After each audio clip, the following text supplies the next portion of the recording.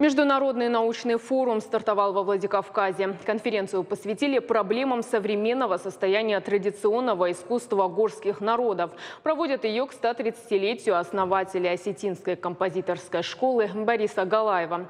В форуме принимают участие более 50 ученых из России, Южной Осетии, Украины, Казахстана и Турции. Это этномузыкологи, фольклористы, композиторы, историки и филологи. Накануне уже прошла научная конференция, где эксперты выступили с докладами о жизни и деятельности Бориса Галаева. После этого гостей ждал концерт камерной музыки и просмотр фильма «Фатима». Именно он стал автором музыки к этому фильму.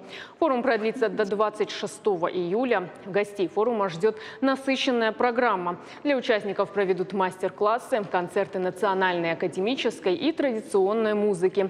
Гости форума посетят дом-музей Бориса Галаева и смогут послушать легендарные произведения композитора из оперы «Нарты-Батрас» и трагедии «Чермен», ноты которых восстановили по рукописям композитора.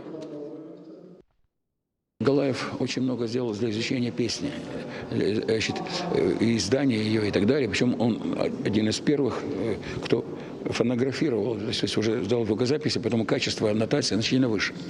Потом Галаев очень много сделал для создания вообще осетинской музыкальной культуры, как в Северной Осетии, так и в Южной Осетии. В общем, довольно много. Он создатель оркестра, создатель многих хоров, руководитель школ, писал музыку многим спектаклям, вообще музыку разную, камерную, симфоническую. Так что это фигура, которая следует дальнейшего тоже изучения.